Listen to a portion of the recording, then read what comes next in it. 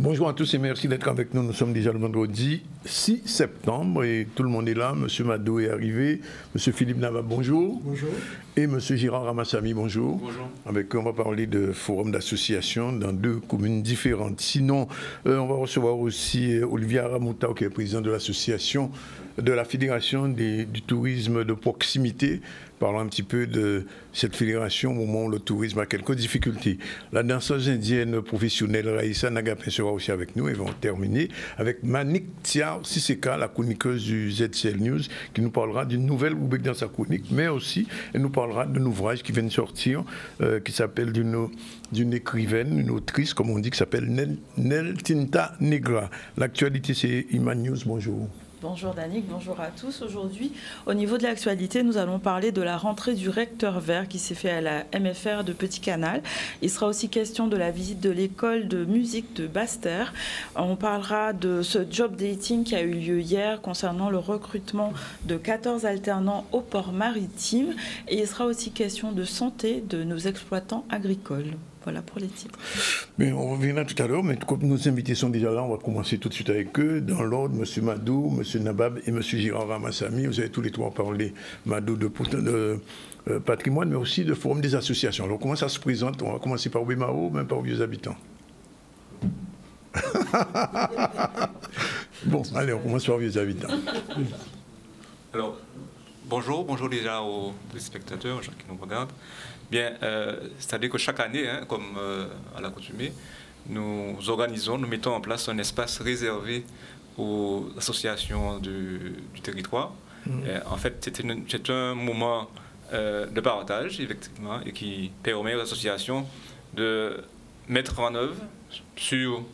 Là, ce sera une demi-journée, ça sera commencé à 15h, se terminer à 21h. C'est bien demain, hein? Demain. C'est demain, oui, c'est demain 6. Ça se passera à la place des urinaires et en même temps dans l'enceinte du stade. Donc c'est un village, sous forme de village, où les associations pourront, durant ce laps de temps, faire découvrir au public, faire découvrir aux gens qui cherchent un endroit pour que les enfants ou les adultes puissent faire du sport. Et bien, ce sera l'opportunité pour eux de trouver ce jour-là, cet après-midi-là, un endroit pour que les enfants puissent mettre au sport. Voilà. D'accord. Il y aura quoi comme activité? Alors, donc, il y aura plusieurs temps. En activité, nous allons avoir déjà l'activité sportive, hein, donc ce sera premier. Après, nous aurons les activités culturelles et artistiques, puisque nous avons quand même pas mal de d'écoles de danse au sein de la commune. Et nous aurons aussi des actions sanitaires et sociales, la vie du quartier, valorisation du patrimoine, etc. Donc, ce sera quand même assez varié. Et ça commence donc dès demain à 8h, c'est ça, hein? Non, dès demain, c'est 15h. 15h? Donc, nous avons innové. Donc, généralement, c'était 8h ou 15h. Non, généralement, on faisait le matin, la journée, mais à un certain moment, bon, encore sous le vent, le soleil est un peu chaud. Donc... Pas seulement encore sous le vent. Mais ça veut dire qu'effectivement, les gens, vers 10h, 11h, il y avait une démobilisation. Donc, on a essayé d'innover cette année, de voir un peu avec, en soirée, peut-être en mi-soirée, que les gens puissent rester un peu plus sur les lieux, sur la place, et qu'ils participent un peu mieux comment vous expliquer ça? Au forum? Au forum, voilà, de l'association. On reviendra vers vous tout à l'heure. Je me tourne vers M. Mado, qui est adjoint à la mairie, responsable culturel et du patrimoine. Comment ça s'organise un forum chez vous? Alors nous, c'est pas un forum, mais c'est pareil, c'est sous forme de village. C'est un village de 8h du matin jusqu'à 15h. Pas ni soleil, Bémao. Ni soleil, mais le soleil, même Bémao aussi, donc ça va. Non, c'est un rendez-vous annuel où on réunit toutes nos associations, tous nos acteurs, aussi bien culturels, sportifs, aussi les acteurs de la pause méridienne qui interviennent dans les écoles, les associations qui interviennent avec nos enfants dans les écoles. Il y a aussi des associations pour les seniors. Et, donc, c'est vraiment très riche. Nous, ni club de vélo, nous, l'Excelsior, nous, les 2 clubs de foot, la ZUP, le club de basket, on a les centres d'équitation, nous, associations à Métainville aussi, à Bragelonne aussi, les cabris tirants aussi. Donc, on a vraiment un beau panel, sans compter la natation, le tennis, on a les cours de pratique musicale, on a les cours d'exploration sonore avec Stéphane Nabajot aussi. Donc, on touche franchement du 3 ans jusqu'aux 80 ans, même on allait vers les seniors, à travers la Maison des Aînés, mais les différentes associations qui accompagnent les seniors. Et on a du yoga, on a un beau panel, karaté, judo. Tous les acteurs, on va dire, culturels et sportifs seront présents sur ce village au bord de mer, quoi. Donc on a d'une part, on a le beau qui est revitalisé parce qu'il y a une activité un samedi matin, et en plus on a le fait de pouvoir offrir à la population bémaotienne, mais de manière plus large aussi à toute la Guadeloupe, ce rendez-vous avec nos acteurs sur le terrain, quoi. Je me trouvais, M. Ramassamy, parce que l'année dernière, j'étais à une manifestation avant le village, je crois que c'était comment s'appelle, le lieu symbolique de Bémao. Bon, c'était à Vonche. La salle était pleine d'associations. Combien d'associations il y a à Bémao comme ça? Alors, moi, je suis M. Nabab. Donc, à Bémao, nous avons, il faut compter 260 associations. Quand même. Ah ouais. Il y en a 230 qui fonctionnent normalement. Ouais. Et sous le listing, s'il faut bien regarder, il y en a 3000. Donc, nous avons un travail de fond à faire pour pouvoir épurer et rendre ce listing beaucoup plus, respirable. Voilà. Et sur les 200, il y en aura combien de prévus au village? Alors, il y a une soixantaine. Quand même? Une soixantaine, oui. C'est un choix ou bien c'est... Non, nous avons lancé les demandes et en fonction pour ne pas faire, qu'il n'y ait pas les mêmes associations qui se présentent. Donc, des doublons, comme on dit. Voilà une petite sélection de ceux qui fonctionnent véritablement. Parce que nous avons de grosses associations, telles que M. Madou l'a précisé tout à l'heure, l'Excelsior qui figure parmi l'une des plus anciennes associations de la ville de Bémao. Oui. Nous avons l'Excelsior, nous avons l'USBM, le Sporting, la bienveillance, des personnes âgées. Comment ça s'appelle cette association-là? Celle qui fait danser. L'Acadie, oui. Nous avons aussi le Pirou Liban qui a plus de 40 ans, du carnaval. Les associations de carnaval sont prévues aussi. Oui, mais il n'y aura pas de démonstration tout à l'heure. Mais ils seront là, parce que ce sont eux qui animent la cité. Pour que quand une commune, une cité comme Bémao respire, c'est dire que nos associations se portent bien. Oui. Donc nous avons mis en place un certain nombre de réunions. Nous avons eu un séminaire qui a permis de fédérer un grand nombre des associations, qui aura permis de redémarrer, parce qu'il faut dire aussi que le Covid est passé par là. Oui. Et il y en a bon nombre qui ont perdu beaucoup de membres, des gens qui ont capoté manœuvre. Et pour pouvoir remplacer ces gens-là, il n'est pas facile, puisque le bénévolat ne paye pas. Oui. Quand quelqu'un vient dans une association avec vous, beaucoup d'entre eux, quand on a gagné, quoi bail. Oui. Donc, Michel Madou, ça veut dire en termes de subventions, il y a beaucoup d'argent qui circule dans les assos? De plus en plus. Bon, de toute manière, après, il y a des schémas légaux et institutionnels où les associations prétendent à des demandes de subventions, mais d'accompagnement aussi. Et c'est vrai que, bon, moi, de par la casquette d'accompagnement à la vie associative à Cap Excellence aussi, et même à la commission culture du département, de plus en plus, la difficulté, elle était dans l'ingénierie administrative, c'est-à-dire comment aider une association à prétendre à telle subvention, à remplir un CRFA, à présenter un budget, un prévisionnel. Et petit à petit, les choses se font. Je crois que c'est le premier pas qu'il faut franchir, la première demande de subvention. Et après, une fois que ça se fait, bon, on prend l'habitude, on a des interlocuteurs directs. L'avantage, c'est qu'à Bémao, quand même, on se connaît plus ou moins tous, même s'il y a de nouvelles associations qui arrivent.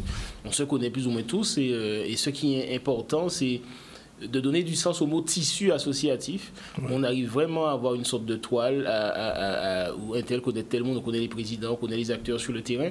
Et comme j'aime à le dire, le tissu associatif, en fait, c'est le bras armé, entre guillemets, de nos politiques publiques. Et heureusement qu'il y a ces associations qui jouent ce rôle dans la société. Sinon, effectivement, les gamins n'auraient pas eu des cours de pratique sportive ou de pratique culturelle les après-midi. Et c'est toujours un jeune qui ne s'épanouit pas ou un senior qui ne s'épanouit pas post-période professionnelle. C'est toujours un drame. Donc là, aujourd'hui, on a cette chance de pouvoir compter sur ces associations, une bonne soixantaine. Il n'y a pas de réel tri, c'est-à-dire dans le laps de temps d'inscription, certaines ont répondu. Et après, on pourra très difficilement mettre 200 associations sur un village. Donc, mais après, il y a toujours des relations qui sont toujours... et puis, il y a des associations qui ont tellement pignon sur rue et qui fonctionnent tellement qu'à la limite, le village, ça va faire yo pète temps aussi un jour derrière. Donc, on comprend tout ça et on a articulé un fonctionnement entre tous ces acteurs, tous ces clubs, toutes ces associations et nous, collectivités. D'accord. Est-ce qu'à vos habitants, vous avez les mêmes problèmes? Oui, oui, je pense. Donc, les habitants font partie de la Guadeloupe, donc c'est exactement le même problème. Par contre, nous, au niveau des subventions, on a, depuis notre arrivée, on a préconisé quelque chose d'un peu de nouveau qui ne se faisait pas. C'est-à-dire, avant de donner une subvention, eh bien, on demande un contrat d'objectifs et de moyens. Et voilà. Donc, non, à l'association même, donc on demande, c'est-à-dire qu'on ne peut pas, déjà le budget n'est pas si court que ça, extensible, donc il faut, comme on dit, gérer un peu de famille. Donc il a fallu que le maire prenne quelques, je dirais, décisions peut-être qui sont, comment vous dire ça, qui ne sont pas à l'avantage, je dirais, des associations, mais... C'est-à-dire que ces décisions-là font que, eh bien, on donne un peu d'argent comme on peut à toutes les associations qui en tout cas, qui en demandent. Et ne pas nous fixer seulement sur une association. Donc, peut-être que c'est pas, le montant n'est pas tellement élevé, mais tout le monde est servi. À partir du moment que la demande est faite. Mais avec un contrat d'objectifs et de moyens. Voilà. D'accord. Je vous pose la question. L'IGSBH sera dans le forum? Ah oui, absolument. C'est quand même l'association la plus grosse à vos habitants, avec à peu près 200 licenciés. Donc, oui, ils seront là, la GSBH sera là, et ils vont même faire des séances avec les enfants. Donc, c'est quand même un moment, je dirais, de venir en famille. Un moment unique dans l'année pour venir en famille et rencontrer les acteurs de tous les jours. Et comme disait M. Mado, effectivement, je reprends la balle au bon, si les associations, en tout cas dans les territoires, ne sont pas là, et bien ces enfants-là, on les retrouve dans la rue. Donc nous avons, des fois municipalités et aussi acteurs des associations, nous avons tout intérêt à garder sur le territoire les associations et faire autant que ça se peut, tout ce qu'on peut pour que ces associations-là vivent et qu'il n'y ait pas de cassure entre le monde associatif et effectivement le grand public. Ouais. Alors, c'est la question que je pose est valable pour vous deux. La semaine prochaine, c'est Miss Guadeloupe. Est-ce que les Miss seront au forum ou au village? Oui, tout à fait. Oui, prévu. Oui, nous aussi, nous avons l'avantage d'avoir Miss vos habitants. Oui. Miguela, c'est ça? Melinda Guiri. Melinda Guiri, qui est d'ailleurs bien placée. Ah bon? On la soutient. Monsieur Madou va être fâché, là. Donc c'est normal, il faut être un peu chauvin. Donc elle sera là, elle sera sur le village, oui. Oui. Et donc, bon, ça commence dans l'après-midi, ça se termine vers quelle heure? Parce que je vous pose la question, parce que je sais que Noël Cacadois, c'est une association aussi. En fait, c'est pas tout à fait une association. C'est plus qu'une association. C'est plus. Mais effectivement, c'est un collectif. Oui. C'est un collectif d'associations, le collectif EIRI, qui se met en place et organise cette manifestation. Mais c'est plus, bien évidemment, c'est plus qu'une association. D'accord. C'est bien plus. Ils seront donc aussi présents. Oui, je pense qu'ils seront là. Michel Badou, je pose la question sur M. Nabab. Ce genre de manifestation, qu'est-ce qu'il en résulte après? Ça permet déjà d'avoir notre annuaire, de conforter l'annuaire des associations. de pouvoir être à leur côté pour mieux anticiper leurs besoins aussi pendant toute l'année, d'avoir une meilleure vue. On prend de la hauteur sur le nombre de licenciés, sur l'activité. Nous, on arrive carrément à avoir une cartographie aussi des associations sur le territoire BMAO. Quelles sont les associations qui œuvrent un peu plus sur Jarry, un peu plus sur la zone du centre-bourg, celles qui sont dans ce qu'on appelle vulgairement la campagne, et on appelle ça assez maladroitement, parce que pour moi, c'est le BMAO, mais ça permet de situer un peu toutes les associations sur tout le territoire et de voir qui intervient où, et nous, ça nous permet aussi de rediriger, par exemple, les scolaires, ou les parents, ou même les administrés, s'ils veulent faire telle pratique, selon leur lieu, selon l'adresse, on arrive à les rediriger vers telle autre association. Et c'est vraiment l'événement annuel qui est important. Les associations, elles sont en demande de ce rendez-vous. Nous aussi. Cette année encore, on a, comme d'habitude, on aura un parrainage, on aura une marraine pour ce qui est de la pratique sportive, quelqu'un de très méritante qui va nous honorer de sa présence. Et on aura aussi un parrain maintenant cette fois-ci pour le pan culturel et musical.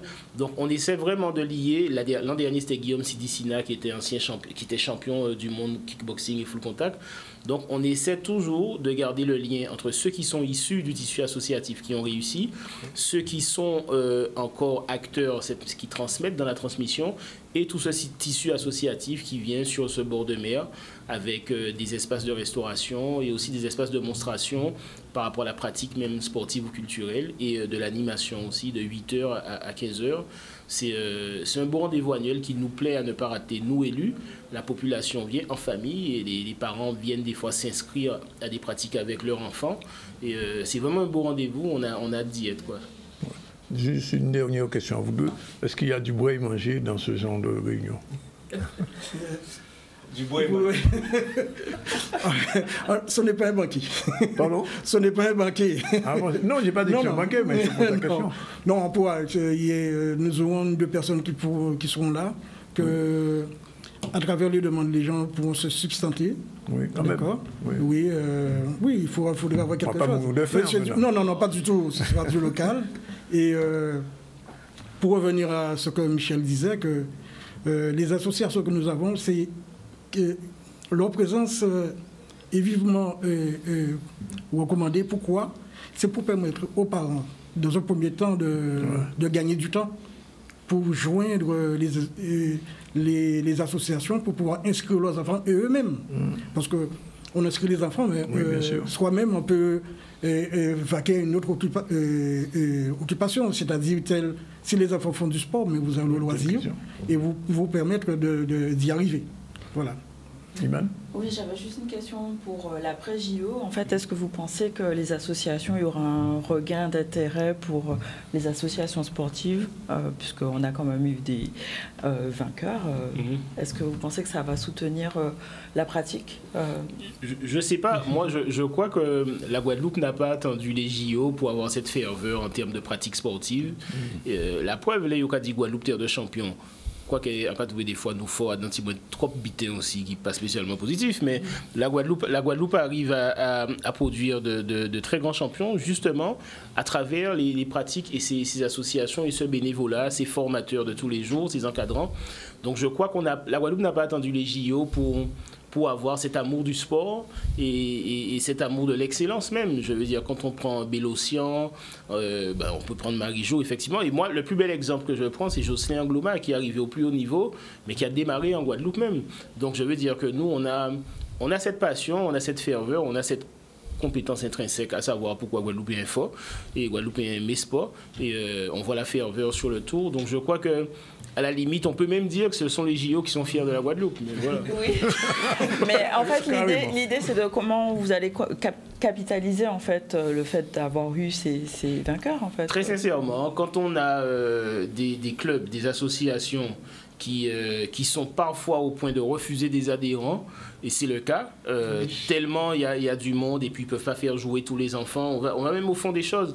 Je dis, cette effervescence autour du sport, elle est permanente. Maintenant, il s'agit maintenant de nous, institutions, élus, politiques, et ces acteurs qui sont nos collaborateurs, le tissu associatif, de toujours pousser nos jeunes à faire mieux, à s'inspirer des champions qui existent déjà, afin demain, dans 5 ans, qu'on ait de nouveaux Teddy Riner, qu'on ait d'autres Bélocian, qu'on ait Bouchot, à la natation. Donc, Vitalis à des habitants. Voilà, donc j'ai vraiment, en plus, on a Anita Blas, j'ai envie de dire aujourd'hui, on a vraiment de beaux champions et c'est pour ça que j'ai envie de dire que pour moi, les Jeux Olympiques, c'était une ponctuation dans le travail qu'ils font déjà. Il appartient maintenant de toujours viser l'excellence et on est allé très loin, nous, en Guadeloupe, que ce soit le karaté, le taekwondo et le tennis. L'épée aussi. L'épée, voilà, l'escrime. On a vraiment cette force naturelle, j'ai envie de dire. Et maintenant, c'est à nous, de nos institutions, avec les associations, de leur donner les moyens de fournir d'autres champions. Quoi. Ouais, pour répondre un petit peu, pour compléter ce que je disais, Madou, je pense que intrinsèquement, la matière première est là. C'est-à-dire qu'on n'a pas un peu besoin. On a vu en 98, après la Coupe du Monde, l'effet de la Coupe du Monde. Effectivement, il y a eu, en football en tout cas, il y a eu un rush pour le licencier.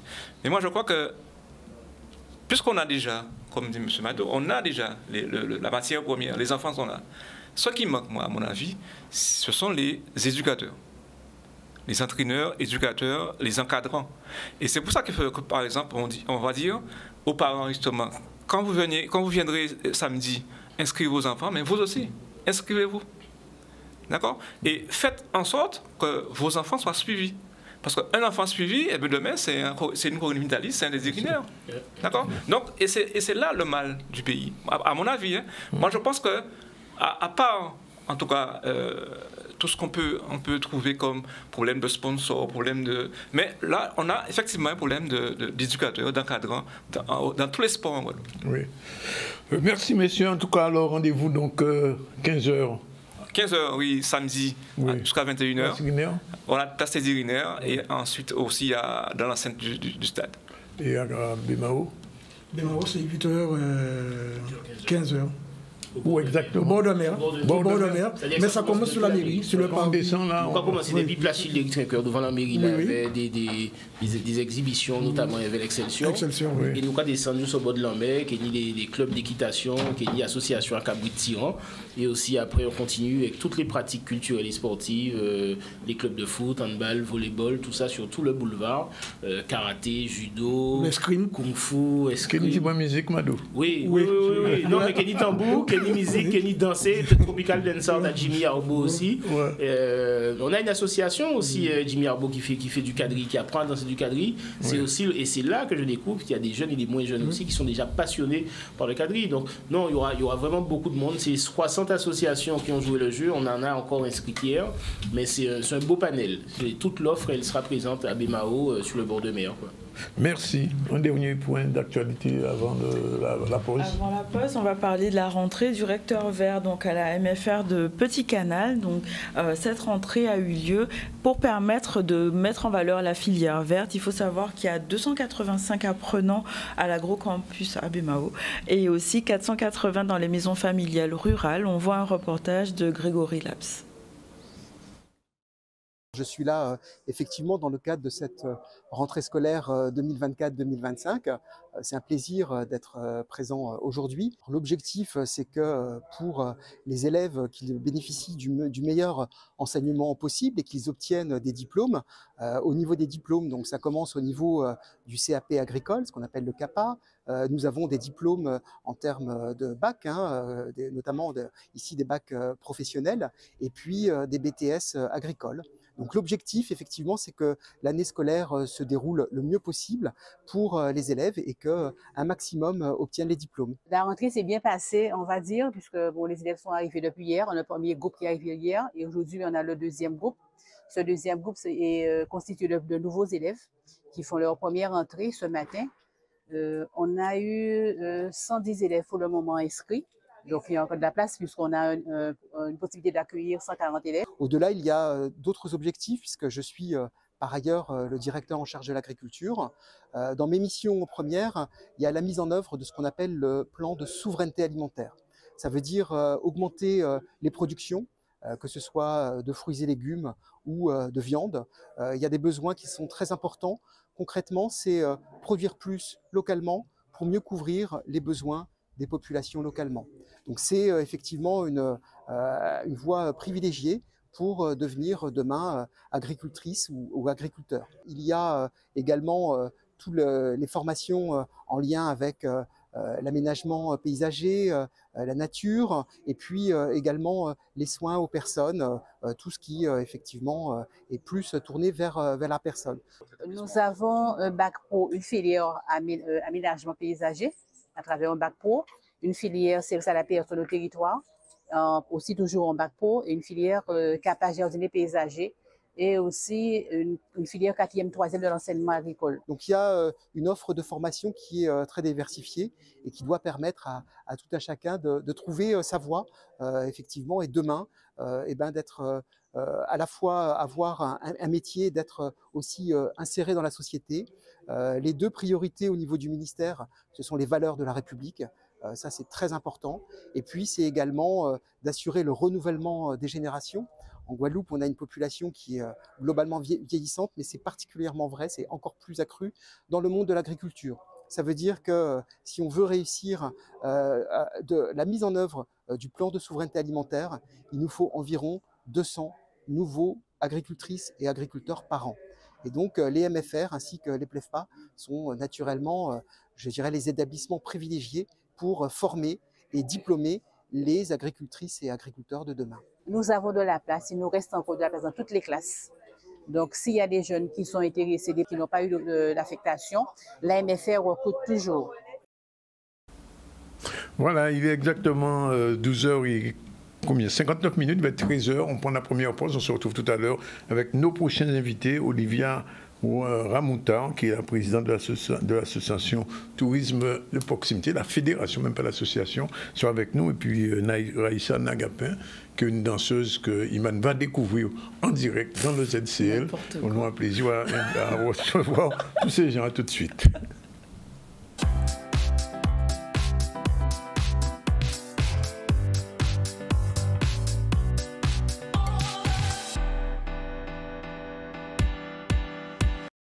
Voilà, retour sur le plateau du ZCL, il est 13h05 dans un instant, nous allons recevoir Mme Ramoutar. Bonjour. Bonjour. Merci d'être avec nous, mais avant, on fait un petit retour sur l'actualité avec Iman News. Oui, on va parler d'école de musique, l'école de musique de Basse-Terre qui a été visitée par André Atala, le maire de la ville de Basse-Terre et des membres de son conseil municipal. L'occasion de visiter cette école qui permet de sensibiliser les élèves à la musique, d'apporter des moyens techniques et musicaux pour permettre une vraie culture musicale. On voit un reportage d'Olivier Félix. Cette école de musique, c'est, il faut le dire, une belle initiative, une belle réussite parce que il y en avait besoin. Et le schéma que nous avons adopté, c'est de dire nous finançons l'équipement, nous finançons le matériel, nous sécurisons le bâtiment. Il y a un partenariat avec le conseil départemental, d'où la visite du président aujourd'hui. Et après, on confie cette spécialité à des spécialistes. Et donc, qui plus que Jérôme Castries, Stéphane Castries, Mazamba, enfin, Yannick Cabrion, des grands noms sont venus faire des cours de musique ici. Et donc, nous laissons aux spécialistes la gestion de cette école. Nous nous apportons la logistique et le financement. On avait prévu 150, je crois, adhérents la première année. Dès la première année, on était déjà à 178. C'est dire que ça correspondait à un besoin. Et tant mieux pour la culture, pour Basse-Terre, ville d'Arrière-les-Soirs. Je crois beaucoup dans le développement, l'expression culturelle au niveau donc, de Basse-Terre. Déjà, on voit le patrimoine, il y a le cachet donc, de la ville. Donc, à charge pour nous, au niveau donc, du département, d'accompagner les différents projets et prendre aussi donc, des initiatives. Et quel que soit le lieu, lorsqu'il y a une production culturelle de valeur, la population sera présente et tout cela va accroître l'attractivité de la ville. Ça me tenait à cœur, en tout cas, que le président puisse voir, en tout cas, où nos jeunes Bastériens mettent les pieds, dans quelle école de musique, ce que nous avons comme moyen pour pouvoir justement transmettre la musique. Alors, fier d'avoir pu prendre cette direction de cette école, puisque j'étais moi-même élève dans cette école il y a fort longtemps.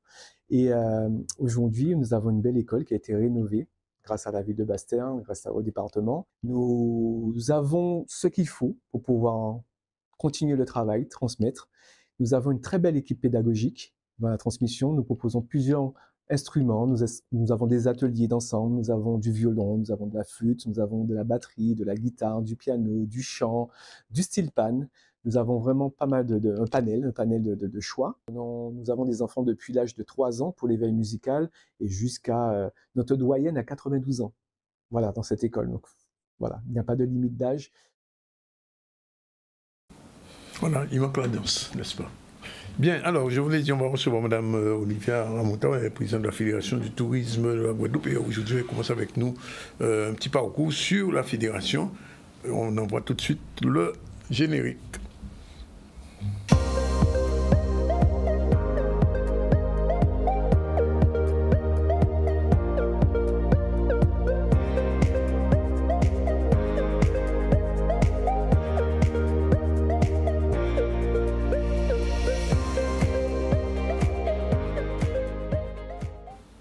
Voilà, alors tourisme en proximité, alors avant de parler de tout ça, de ce qui se fait avant, nous disons un petit peu c'est quoi exactement cette fédération du tourisme de proximité. Très bien, bonjour à la Guadeloupe en tout cas, à tous ceux qui nous regardent. Alors, la fédération, elle a vu le jour sur la base d'un constat. Il y a 4 ans à peu près, un peu après Covid, l'idée, c'était de se dire que les petites structures, en tout cas, celles qui sont représentées par les gîtes, les meublés de tourisme et les villas, nous nous sommes rendus compte que cette filière, en tout cas, cette partie du tourisme, n'était pas représentée dans les institutions. Donc, à l'issue de cette rencontre avec quelques propriétaires, nous avons décidé de prendre notre bâton de pèlerin et donc de créer cette fédération du tourisme qui rassemble aujourd'hui les gîtes, les villas et les meublés de tourisme. Puisque c'est une filière qui est très très importante sur le territoire.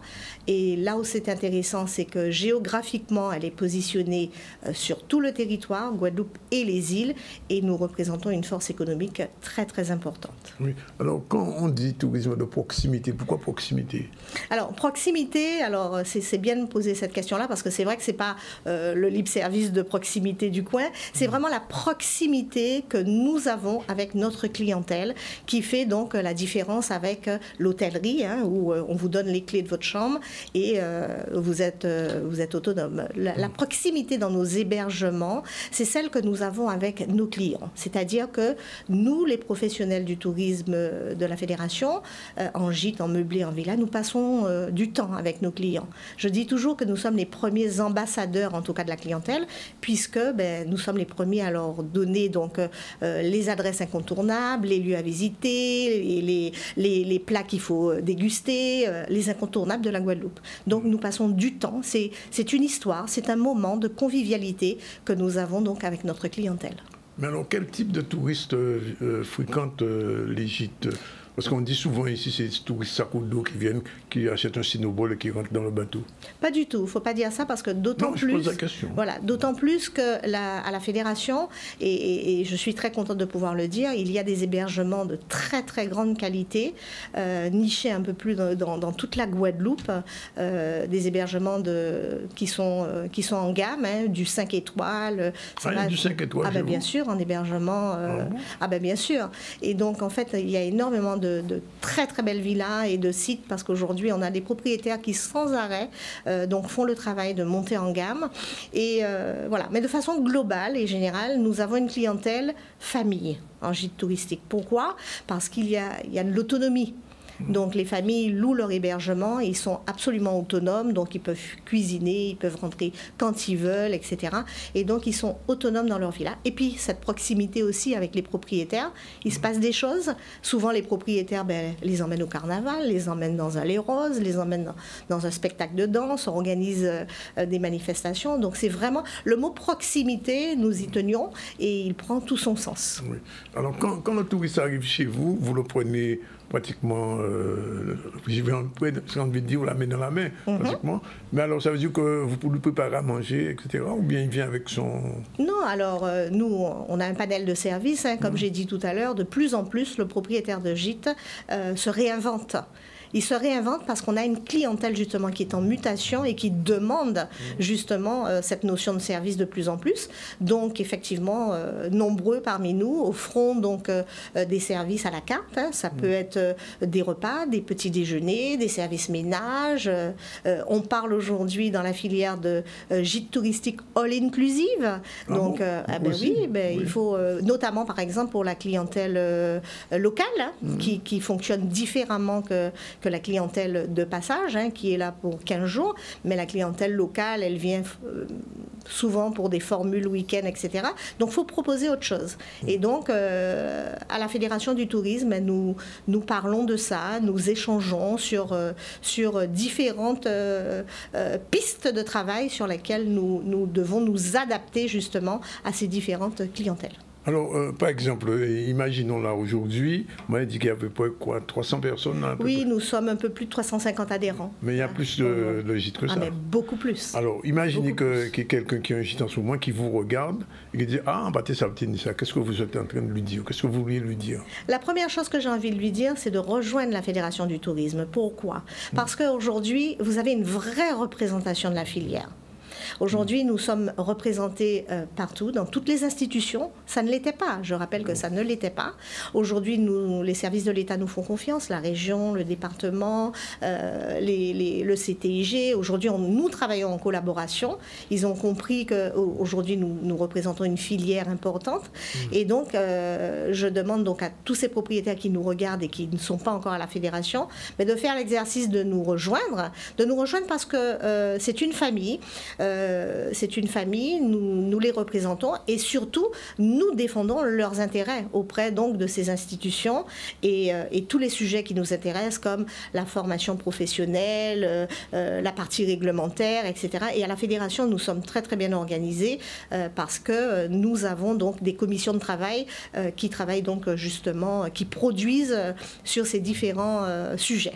Alors ça signifie qu'à la personne qui vous regarde, qui aujourd'hui prendra contact, rentre à la fédération, elle est prise en main, on l'aide à s'organiser. Bien sûr, on l'aide à s'organiser, on lui donne des informations, nous sommes en partenariat puisque nous passons des conventions également pour permettre à nos adhérents d'avoir des réductions chez l'ensemble des fournisseurs.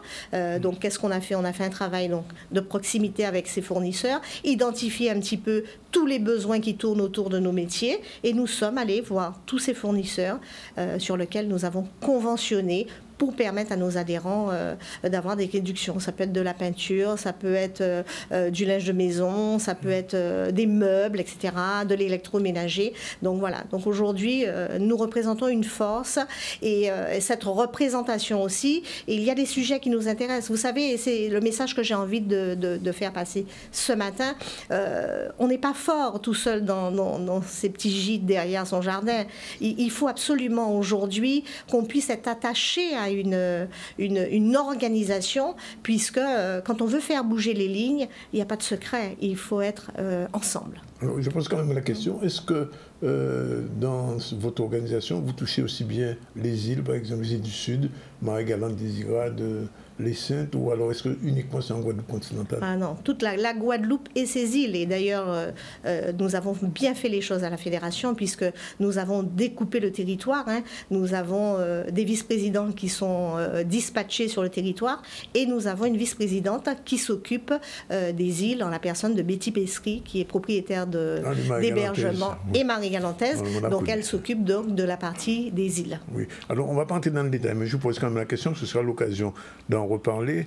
Il y a une étude qui a été faite quand même sur le tourisme dit de proximité. Absolument. Nous avons, donc la Fédération a répondu à un appel à projet des services de l'État et de la région Guadeloupe dans le cadre de la structuration de la filière. Et donc, il y a aujourd'hui un cabinet qui travaille pour nous dans ce cadre-là, puisque ça a été une condition sine qua non donc, des services de l'État, et donc qui nous produit, donc nous sommes actuellement à la phase 2 du projet, et nous allons pouvoir donc bientôt communiquer sur les résultats de cette étude qui prouve déjà, je peux déjà vous le dire, que c'est une filière extrêmement importante et qui a une certaine force économique.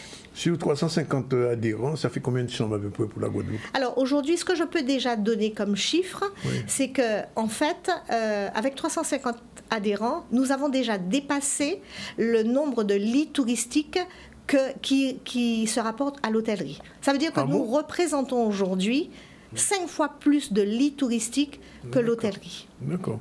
Ça veut dire que quand l'hôtellerie déborde, on peut envoyer chez vous? Mais de toute façon, c'est très simple. Hein. Moi, le message, il est simple. S'il y a un chiffre qu'on connaît, c'est celui des arrivées à l'aéroport. Oui. D'accord? Donc, nous connaissons exactement le nombre de touristes qui arrivent à l'aéroport. OK? Nous connaissons le nombre de chambres en hôtellerie. Oui. Je vous demande, et je pose la question à toutes les personnes qui me regardent, où dorment les autres? Mais ils dorment chez nous, dans les gîtes et dans les villas. Ah bon, à ce point-là.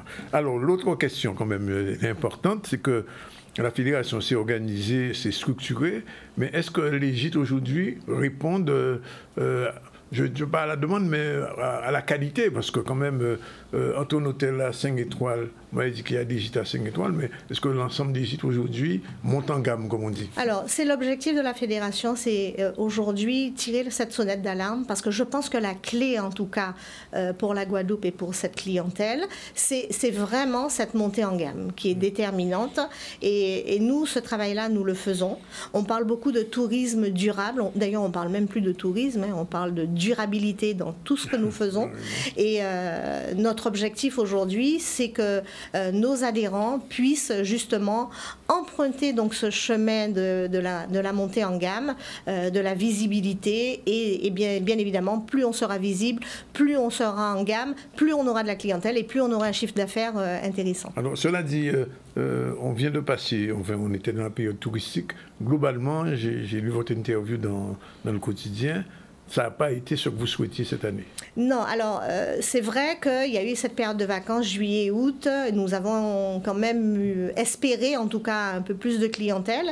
Et notamment, nous nous sommes dit que peut-être que nous allions pouvoir avoir cette clientèle par rapport aux Jeux Olympiques, puisqu'on a tellement entendu parler que Paris sera déserté, puis finalement pas du tout. Hein, donc nous n'avons pas bénéficié de cette clientèle-là, puisque il a fait beau aussi à Paris. Hein, donc, et je vous rappelle aussi, et ça c'est un sujet qui nous interpelle énormément, c'est le prix des billets d'avion. Donc aujourd'hui, je vais le marteler et je vais le dire dans toutes mes interventions, c'est un véritable frein pour la destination. Je l'ai dit tout à l'heure en préambule, la fédération, la clientèle de la fédération, c'est une clientèle famille et 1 400 € pour voyager en classe économique x4, c'est très compliqué. Aujourd'hui, on est face à une concurrence très forte. On ne peut pas se permettre. Et vraiment, j'en appelle aux autorités, celles qui sont compétentes en la matière, d'écouter notre cri d'alarme parce que vraiment, on est en train de préparer une saison. Nous n'avons aucune visibilité sur ce que vont être le remplissage de nos plannings. Donc vraiment, vraiment, vraiment, c'est une grosse problématique. Sans compter donc les problématiques que nous avons en Guadeloupe. L'eau, le problème de l'eau, les sargasses, enfin bon, ça c'est des problèmes récurrents, mais je vous assure que le billet d'avion, là, il faut vraiment qu'on trouve une solution. Alors, il y a une petite question. Le tourisme en Guadeloupe, d'une manière générale, et ça on le remarque souvent, est basé sur le tourisme franco-français, je veux dire. Est-ce que dans le tourisme de proximité, comment ça a touché des étrangers? Alors, on touche quelques étrangers, mais ça reste le cœur de la clientèle de la Guadeloupe, c'est 80% la clientèle hexagonale. Oui. Et d'ailleurs... Donc les étrangers ne vous intéressent pas?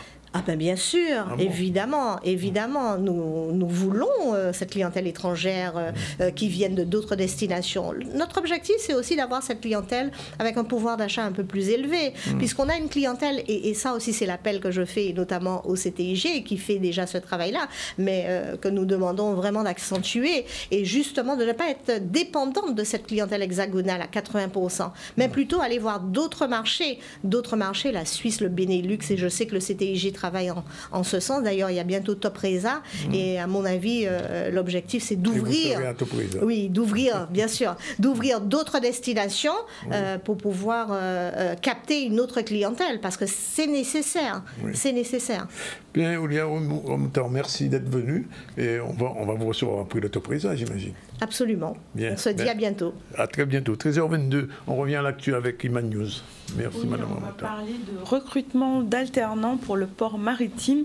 Hier a eu lieu un grand job dating en partenariat avec France Travail. Une centaine de candidats ont été sélectionnés pour passer des entretiens et Vianney Valverde était parmi eux. On voit un reportage.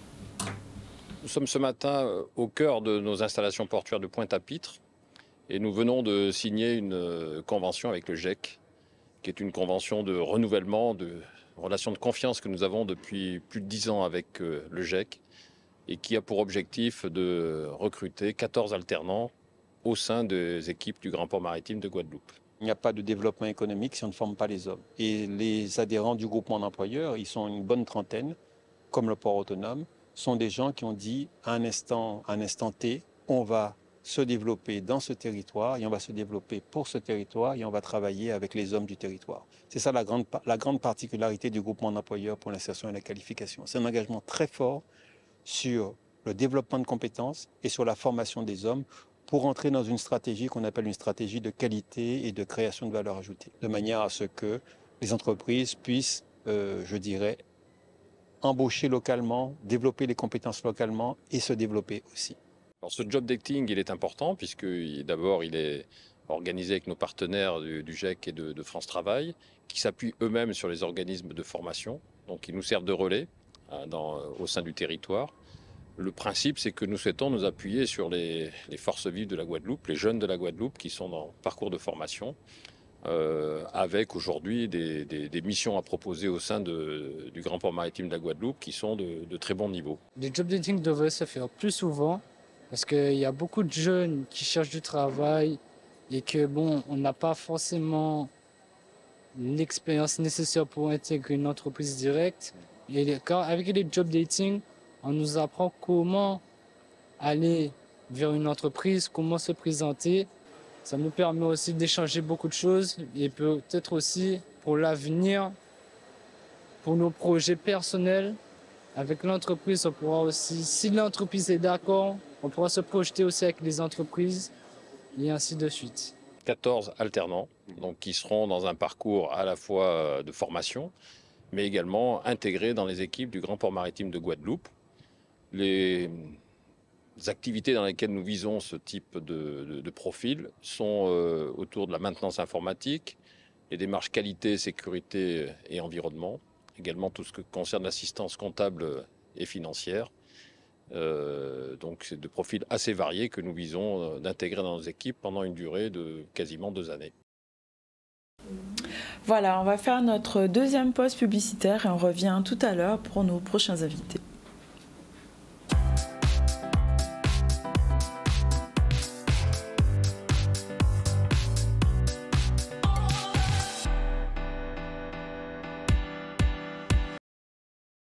De retour sur le plateau, il est 13h29, nous allons recevoir dans un instant Raïssa Nagapin, bonjour. Bonjour. Et tout de suite après, Manik Teka qui est de retour, bonjour.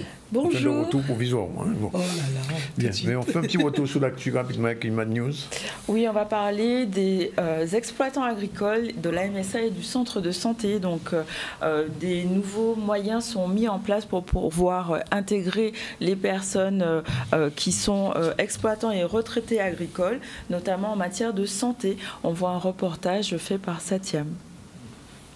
On a cette possibilité aujourd'hui, cette opportunité de lancer une nouvelle offre de service auprès de nos ressortissants agricoles, à la fois exploitants et retraités agricoles. Donc c'est inédit, c'est une nouvelle offre de service qu'on leur propose.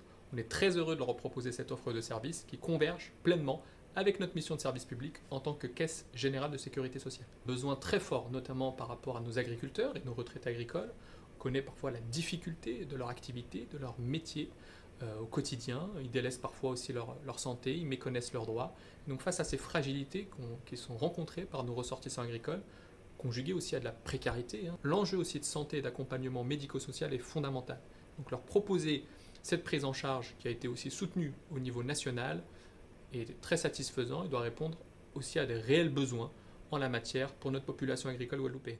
Alors, comment comment ça se passe? Les personnes, elles sont déjà recrutées grâce au travail de nos collègues de la MSA qui donc nous fournit des fichiers suite à leur requête en interne pour cibler les personnes donc, qui ont besoin, en tout cas, de notre accompagnement. Donc ensuite, ces personnes sont invitées à réaliser le parcours de prévention en santé chez nous par différents biais. Soit elles sont appelées, c'est vrai qu'on essaie de privilégier ce mode de contact qui est vraiment plus, on va dire, personnel. Et les personnes reçoivent également par invitation, par courrier. Elles peuvent aussi venir chez nous par ce biais-là et puis aussi grâce aux différents partenaires. Pour le dépistage du chlordécone, nous avons prévu de proposer systématiquement ce dosage à tous nos ressortissants agricoles. Donc c'est ce que nous faisons. Nous proposons donc ce dépistage dans le cadre du plan chlordécone 4 par l'ARS. Donc tout cela reste bien sûr sans coût financier pour l'assuré. Et donc, en fonction des résultats, nous l'accompagnons pour faire en sorte qu'il y ait une diminution de cette exposition au chlordécone si jamais son dosage s'avère trop élevé. Non, je pense que c'est particulièrement une très bonne chose pour les agriculteurs parce que l'agriculteur est confronté aux aléas climatiques et il est confronté à des performances qui ne sont pas, de manière générale, les mêmes performances que tout le monde qui travaille et qui doit tirer un revenu de ce qu'il fait est confronté. L'offre de service pour nos ressortissants agricoles afin de bénéficier du centre d'examen de santé, elle est en vigueur depuis juin 2024. Ça a démarré et aujourd'hui, notamment pour nos ressortissants agricoles, on est déjà à une trentaine de ressortissants agricoles qui ont pu bénéficier du centre d'examen de santé et avec le déploiement de notre plan de communication, on espère que ça va aller crescendo et qu'on aura, comme je l'ai dit tout à l'heure, une mobilisation importante auprès de nos ressortissants agricoles guadeloupéens. Voilà, c'est le reportage, on a dit, de Satiam Sina. Bon, il était très bon d'ailleurs. Alors, il y a encore un sujet, non? C'est fini? Non, on a fait le tour. Fini. Alors, on va parler avec Raïssa. Bonjour, merci d'être avec nous. Bonjour, namasté.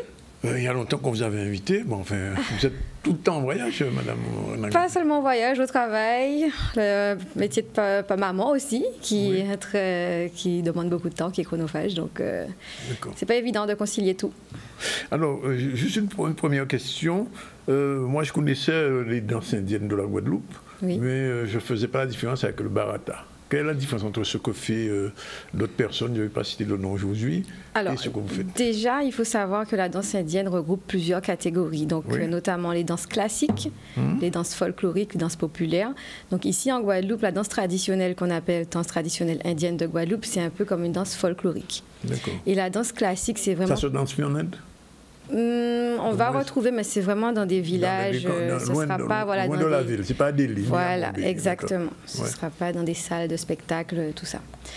Et donc je disais, donc il y a les catégories de danse classique qui sont regroupées au nombre de 8. Et on comprend le Bharatanatyam, le Kathak, et donc tout ça c'est codé. Donc ça sort du Natya Shastra, qui est un livre qui a été écrit pour justement reprendre toutes les codifications de la danse indienne. Oui. Et comment vous avez été initié au Bharata? Alors, c'est une très très longue histoire. C'est une histoire de 23 ans. 23 ans? 23 ans. Parce 23 ans de quoi? De travail? 23 ans, je vais expliquer un petit peu. C'est-à-dire que quand j'ai eu 12 ans, j'ai voulu devenir une danseuse de Bharatanatyam professionnelle. Sachant qu'il n'y avait pas d'institution, pas d'école, pas de professeur de Bharatanatyam ici. Ben, c'est pour ça que ça a été très compliqué, parce qu'il a fallu que je parte, que je voyage, que je rencontre des personnes pour devenir ce que je suis aujourd'hui. Et ça a pris 23 ans. Et une personne normale, en Inde, ça prend 8 ans. 8-9 combien de temps? 8-9 ans. 8-9 ans? Oui, pour devenir professionnel, on a besoin d'avoir 8-9 ans d'années. Comme un doctorat presque, je sais pas. Et quand on voit les films avec le Bollywood, il y a du Bharata dedans? Oui, c'est un mix, c'est une fusion des deux. On peut retrouver quelques connotations, quelques pas, quelques mudras. Les mudras, c'est la gestuelle des mains. On peut retrouver, du Bharatanatyam. Oui. Alors, quand vous avez passé 23 ans à étudier, ça veut dire que maintenant vous êtes prête pour la transmission aussi? Ah oui. Oui, j'ai commencé d'ailleurs depuis 2 ans avec mes élèves, parce que j'ai une troupe de danse composée d'une 50aine de danseurs. Bon, les jeunes, la nouvelle génération, ils sont vraiment intéressés par le Bharatanatyam et le Kathak notamment aussi. Le kathak aussi, on retrouve beaucoup dans les films, et chaque danse a sa particularité. Le Bharatanatyam, c'est beaucoup avec les yeux, la coordination, bras, mains, jambes. Des mains aussi. Oui, ouais. tout a une signification. La posture, oui. La posture, il y a une signification notamment pour raconter des histoires, raconter l'exploit d'un héros, voilà, des choses comme ça. Et quand on fait du Bharata, on apprend un petit peu de l'hindi ou du tamoul? Alors, ça dépend. Alors, là-bas, c'est une danse du Tamil Nadu. Oui. Donc, plus du tamoul, voilà, oui. On va retrouver. Mais on retrouve du sanskrit parce que les prières, le Bharatanatyam, c'est vraiment... À la base, l'histoire, c'est quoi? Le Bharatanatyam, c'était une danse pour les dieux. Donc, elle se faisait que dans les temples. Et c'est après, ça a été modernisé, ça a évolué. Les enseignants l'ont fait sortir du cadre, du contexte du temple, du contexte spirituel. Mais en fait, les danses de Bharatanatyam, ça représente les divinités. Donc on raconte une histoire, on raconte ce qu'elle a fait, les exploits de la divinité, ce qu'elle a sur elle, les attributs et voilà, ce qu'elle fait. Mais alors, est-ce que ça veut dire que la danse traditionnelle des Indo-Guadeloupéens aujourd'hui va probablement disparaître au départ du Bharata? Non, j'y croyais un moment, mais avec la nouvelle génération, je suis persuadée que ça va perdurer dans le temps. Et il faut. Donc, ils font le deux. Il faut faire les deux. Oui. Oui. Nous, notre association, justement, on essaie de mettre en place ce qu'on appelle des nadagams, des nadrons. On essaie de le faire une fois par année, mais pour justement garder cette tradition que nos ancêtres nous ont laissée. Mais quand vous faites des spectacles comme ceux qui ont été faits au Moule, vous faites quoi? Que du Bharatanatyam? Ce qui a été fait au Moule, ça a été ma consécration de Bharatanatyam, de danseuse professionnelle. Donc c'est la première fois que ça a eu lieu en Guadeloupe. Donc c'était des musiciens qui sortaient de l'Inde et d'Europe pour pouvoir justement élaborer ce programme. Parce que ça veut dire qu'il va falloir aussi apprendre la musique spéciale. Oui, on est en train de travailler dessus avec les musiciens qui étaient là. On est en train de voir comment, dans quelle mesure, comme j'ai déjà une école de danse, et il y a déjà des jeunes intéressés par la musique, qu'on puisse justement faire une alliance, en tout cas, avec les deux associations. Et le prochain show de Bharatanatyam sera quand? Ça se prépare, mais ça se prépare. Ce ne sera pas pour la Diwali, non? Il y aura de la danse Bharatanatyam pour la Diwali, oui. La fête des Lumières, le 20 octobre, sur la place de la Liberté, au Moule. Oui. Alors, pendant que vous êtes là, deux petits mots quand même sur la Miss India, Chloé, quand même, qui aurait dû être là aujourd'hui. Oui, elle aurait dû être là. Et en fait, on la salue parce qu'elle est vraiment... C'est très mouvementé en ce moment pour elle parce qu'elle part demain représenter la Guadeloupe à New York. Donc, je rappelle, oui, Miss India Worldwide, que ça fait déjà 16 ans qu'on va chaque année représenter la Guadeloupe dans la diaspora indienne. Alors l'année dernière, on a ramené le prix de seconde dauphine. C'était une première et on a eu d'autres prix et c'était vraiment une première. Je rappelle aussi que celles qui ont gagné, ce sont des filles de Trinidad, de la Guyane britannique, donc du Guyana, donc la Caraïbe, est vraiment représentée. Oui. Donc on a du potentiel. La Réunion n'est pas là. Ils viennent pas tout le temps. C'est pas tout le temps qu'ils sont représentés. La Martinique non plus? La Martinique a existé. J'ai fait Miss India Martinique pendant 10 ans, mais j'ai dû arrêter parce que les conditions n'étaient pas optimales et c'est pas évident. Donc j'espère qu'une association va pouvoir reprendre le flambeau. Et donc Chloé a une chance là-bas? Oui, elle est préparée depuis plusieurs mois par les coachs, un coach international aussi. Ils ont fait tout ce qui est catwalk, savoir marcher, savoir parler, connaître la culture. Et elle va danser aussi du Bharatanatyam? Un mélange. Bharatanatyam et Bollywood. Oui. Et du Bollywood. Exactement. Bon, on lui souhaite bonne chance. Oui. J'imagine qu'Iman a une question à poser. Alors moi, je salue... Plusieurs questions à poser. Non, je salue Raïssa parce que c'est quelqu'un que je suis depuis plusieurs années. On a un parcours un peu... on va dire parallèle. Et je suis allée voir son spectacle qui était juste extraordinaire. Si vous avez raté ça, vous avez raté votre vie, franchement. Comment, alors on va se tutoyer parce qu'en vrai on se connaît. Comment tu vois l'évolution de la danse indienne en Guadeloupe? Quelles seraient pour toi les initiatives à mettre en place? La grande vision, c'est quoi? Comme je disais, je garde espoir. Je vois la nouvelle génération et vraiment, c'est une génération motivée, déterminée. Donc, je n'ai pas peur et je sais que ça va continuer et ça va continuer à évoluer. Par contre, je dis bien, il ne faut pas qu'on oublie ce que nos ancêtres nous ont laissé. Donc, c'est grâce à ça, en fait, que je suis là aujourd'hui, que je suis une danseuse de Bharatanatyam. C'est grâce à tout ça. Il y a une base et il faut la respecter. Donc, voilà, c'est tout ce que je souhaite que les jeunes fassent, la transmission.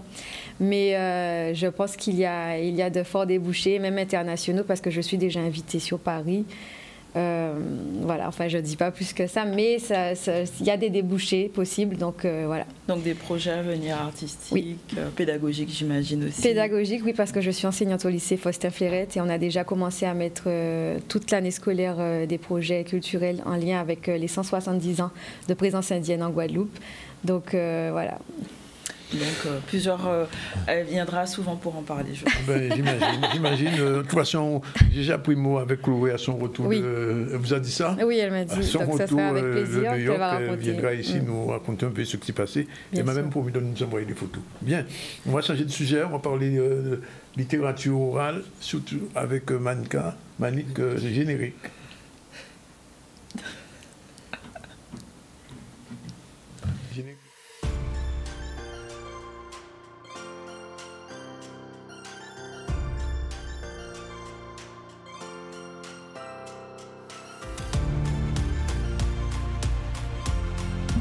J'ai fermé les yeux et j'ai enfoui ma tête dans l'eau.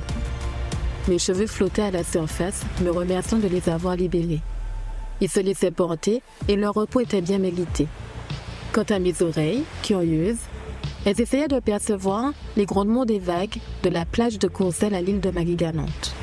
Mes pieds, qui ne recevaient que très peu d'affection, se laissaient séduire par les baisers des petits poissons, aussi blancs qu'invisibles au-dessus du sable. T'es dans ton studio. Bonjour Manique. Bonjour. Ça va? Ça va très bien. Les vacances se sont bien passées? Vacances? Oui.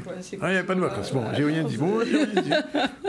Puisque c'est la nouvelle chronique littéraire de septembre. Oui. Alors, qu'est-ce qu'on va découvrir aujourd'hui? On va découvrir donc une auteure qui s'appelle Nel Tintanegra, mais je suis quand même embêtée parce que je rebondis rapidement. Et on revient sur parce que voilà, on a une invitée qui parle effectivement des 70 ans de l'arrivée des 170 ans des premiers arrivés d'Indiens en Guadeloupe. Et c'est vrai que je fais un travail actuellement là-dessus. J'ai eu à partager. J'ai interviewé M. Gokoul, qui est prêtre. Et effectivement, on travaille sur des contes, sur l'histoire des divinités, justement. Il y en a qu'on ne peut pas raconter parce que par rapport aux jeunes, etc. Donc il y a quand même des choses à respecter. Et c'est vrai que je travaille à recueillir les histoires autour de ces divinités afin justement de, pas de désacraliser, mais que les autres puissent un petit peu comprendre l'univers, parce qu'on a, et je le dis souvent, on va peut-être critiquer, mais ouais, quand dit ouais, Zandia a fait ça aussi, ça. Mais en fait, c'est juste qu'on ne sait pas ce qui se passe. Ouais.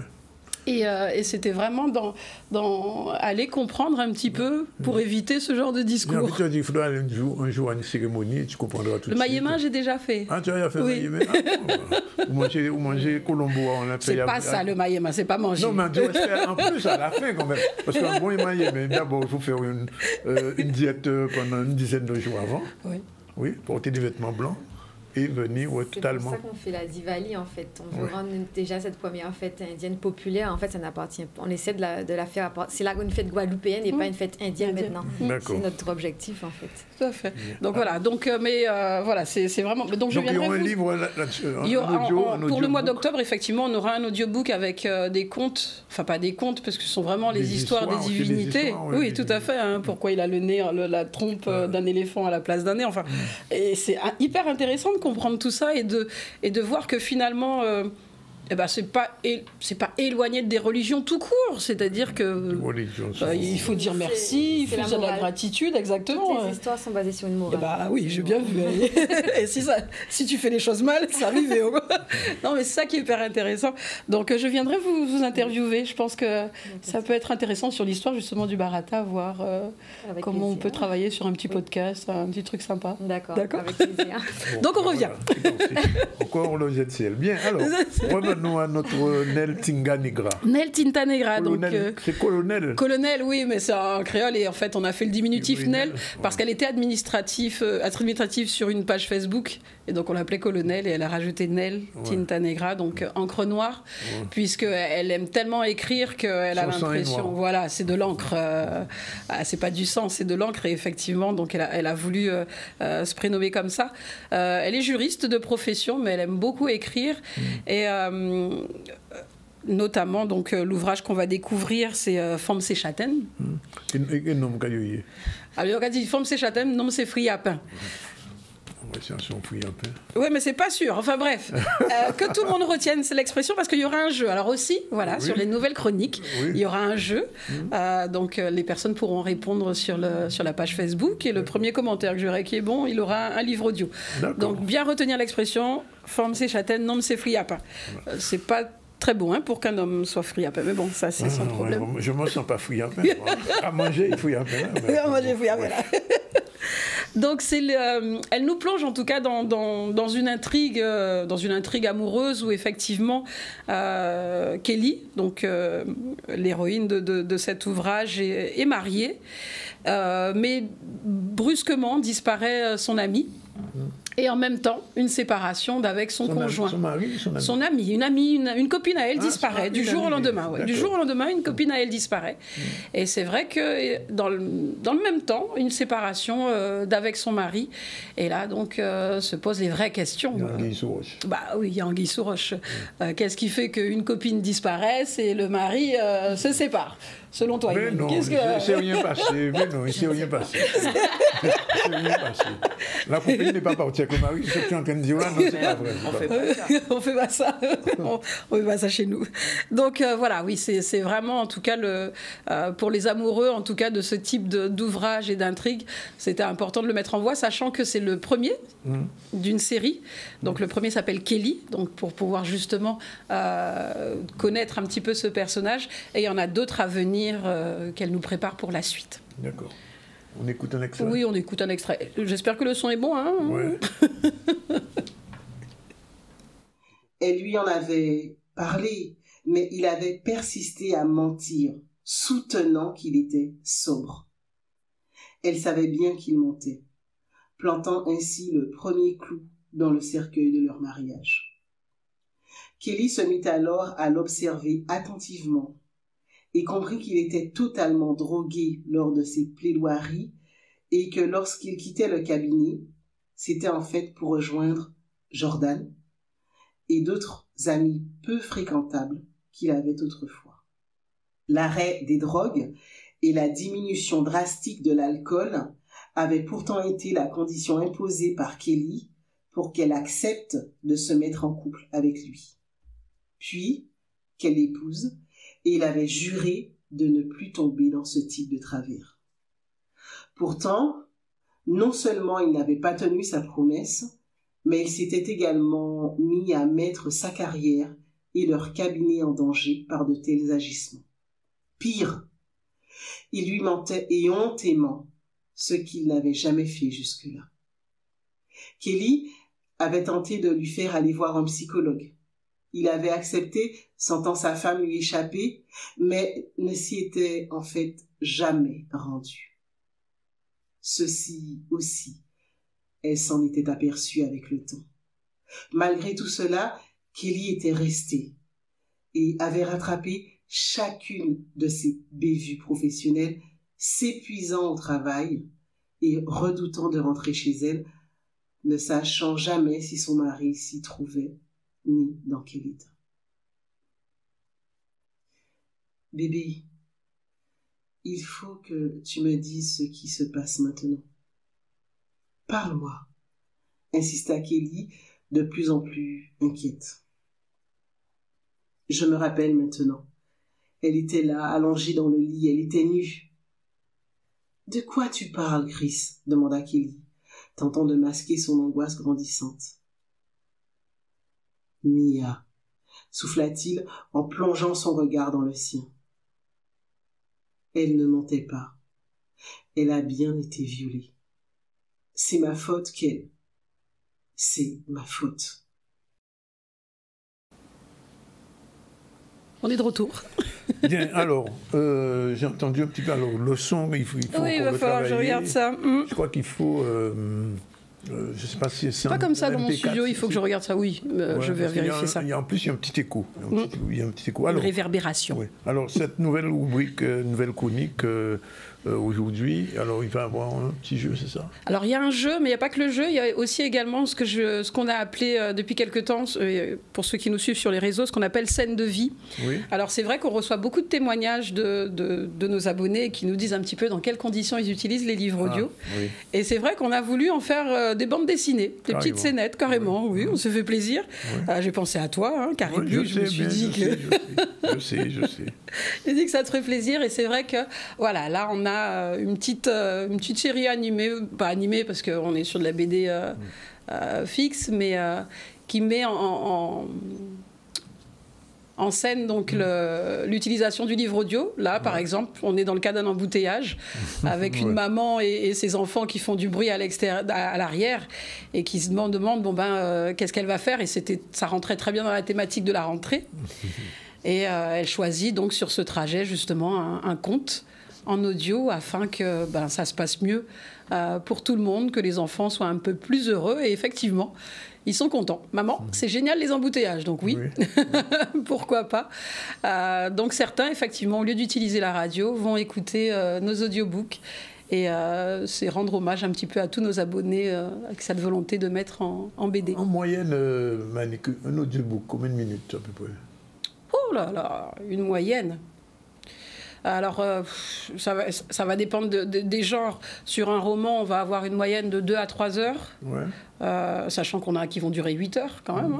Hein. Pour les enfants, on va être autour de 5 jusqu'à 15-20 minutes quand le conte est seul, mais sinon, quand on est dans des recueils, on est sur quelque chose qui peut durer 1 heure, si on a plusieurs histoires. Donc c'est vrai que sur un embouteillage, par exemple, quand on connaît les embouteillages de Capesterre, voilà, on a le temps. Moi, sur le chez moi, Bastien-Pointe-à-Pitre, par exemple... t'as le temps largement d'écouter une nouvelle, par exemple. 1h30, quelquefois. Les nouvelles, c'est le bon format, 1h30.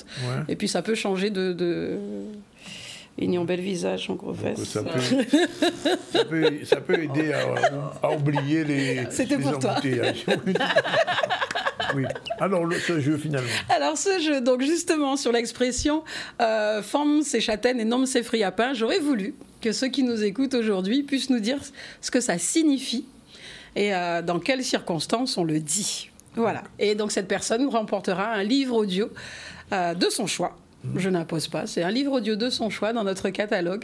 Donc sur la page Facebook, ceux qui sont en live, Facebook du ZCL. Non, du ZCL là, tout de suite là. Ceux qui sont là connectés, j'irai regarder tout à l'heure, et le premier qui pourra répondre à cette question remportera le livre audio de son choix. D'accord. La prochaine fois, je pense qu'à mettre un petit, en plus, une carte de cinéma. Ah, tiens. Oui, les deux. Les deux, d'accord. Bon, alors, les sorties de la semaine. Alors, les sorties de la semaine, on a l'hommage à l'avocat qui avait défendu les Guadeloupéens lors de Henri Leclerc, tout à fait, à Pointe-à-Pitre, à 18h30. C'est ce soir. Donc, c'est ce soir. Également à Capesterre, on a Gisèle Pinault qui sera là présente pour une rencontre littéraire. Et demain, à Carrefour... j'ai pas le droit de le dire, si, je sais pas. En ce moment, peut-être pas. Mais il y aura Willy Fordan en dédicace pour son premier ouvrage jeunesse. Donc n'hésitez pas. Et puis aller en librairie, pas juste acheter du matériel scolaire, mais acheter du livre. Alors donc, juste un petit retour sur ce que tu disais tout à l'heure. Donc, ce livre sur la culture, enfin, sur les histoires indo-guadeloupéennes. Tout à fait. Octobre, c'est ça? En octobre. Les premières sorties sont prévues pour octobre. Tu l'as dit régulièrement qu'il y avait que je devais partir en Inde. Effectivement, ça fait partie de 2025. Oui, ça y est. On y est. On a déjà nos dates de poser. Mais voilà, on ne pouvait pas partir sans rien. Et ce qui est intéressant, c'est de pouvoir écouter M. Gokul passer du tamoul au créole avec une aisance et se dire, mais c'est juste extraordinaire ce qu'on a chez nous. Et je ne cesserai de le dire, la Guadeloupe, c'est 5 continents. Et je crois qu'on est riche de ça. On ne doit pas renier, on ne doit pas penser que c'est séparé, bien au contraire. Et c'est vrai que j'ai pris plaisir, et je salue M. Gokul vraiment de m'avoir accordé plus d'1 heure d'interview sur son initiation à devenir prêtre, comment les choses se font. Et c'est extraordinaire. Tu as dit quelques petits mots en tamoul quand même. Oui, alors, comment éléphant? Ah, zut! Voilà. Ah là, il va m'en vouloir. C'est pas le bonjour. Non, le bonjour, tout le monde connaît quand même. Oui, namasté. Mais c'est pas... Namasté. Oui. C'est pas tamoul. C'est pas du tamoul, c'est l'indi. L'indi, voilà. Non, il m'a pas dit... Voilà. Mais il m'en voudra, là. Et s'il écoute là, s'il regarde là, il dira, la jeune fille, elle a pas bien écouté ce que j'ai dit. C'est ça. Mais non, mais je dois le revoir. Et effectivement, l'objectif, c'est de vraiment... porter à la population ces témoignages, puisque je crois que trop longtemps on est resté chacun de notre côté, alors que non, c'est pas possible. C'est juste impossible. Le savoir-vivre, c'est pouvoir justement... Alors, je te donne un petit peu un scoop, oui. Une petite information. On aura une fois par mois une émission qui va s'appeler Indianités, ici, avec Elie Chitalou. Et lui aussi connaît beaucoup de choses. Ouais. C'est quelqu'un à voir, n'est-ce pas? Oui. Oui. Donc c'est des personnes qui en tout cas, l'objectif pour moi là, c'est vraiment de travailler sur cette partie et dans cette continuité pouvoir. Et puis apprendre aussi que certains mots tamouls ont été créolisés. Le nom de certaines divinités, effectivement, ne se disent pas de la même façon en Guadeloupe et en Inde. Ah oui, mais ça a changé. Le punch. Oui, le mot Mali, ça n'existe pas en Inde, c'est un autre mot. Enfin, bon.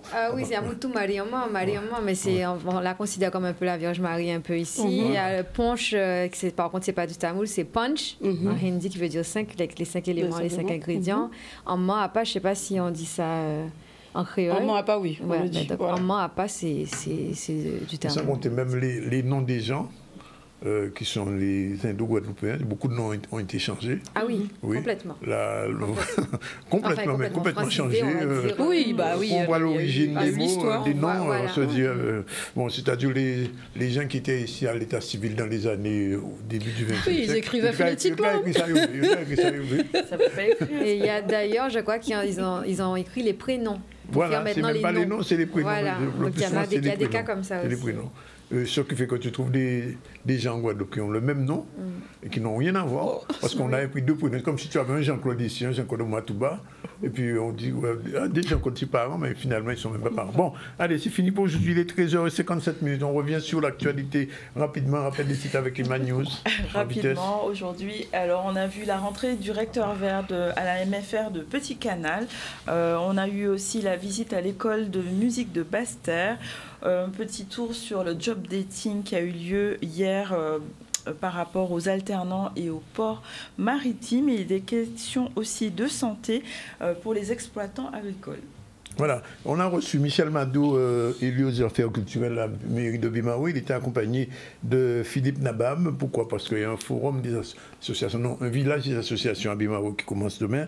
Et à Vieux Habitants, c'est Girard Ramassami qui est venu pour parler du forum qui se fait à Vieux Habitants. Et on a dit que les deux Miss à Bimao et Miss Vieux Habitants seront présents. Olivia Ramoutard, qui nous a mis en contact avec Raissa, on la remercie, était aussi notre invitée tout à l'heure, c'est la présidente de la Fédération du tourisme de proximité, Raissa est encore là, Manik aussi, et j'ai même envie de dire, enfin je veux dire, que c'est l'émission qui reçoit le plus d'Indo-Guadeloupéens. Je ne sais pas si tu l'as remarqué. Souvent, on a Manik, c'est un prénom indien. Oui, c'est vrai. Masculin. Bon, voilà, c'est fini pour aujourd'hui. Bon week-end à tous. Faites attention sur les routes. Et on se retrouve lundi pour une nouvelle série de ZCL News en direct de Canal 10, de RHT. Bon week-end à tous. Et aussi le 105. Voilà, salut. Bon week-end à tous. Bah oui, on est vendredi. Hein. Oui, allez, c'est fini. C'est l'heure de l'apéro.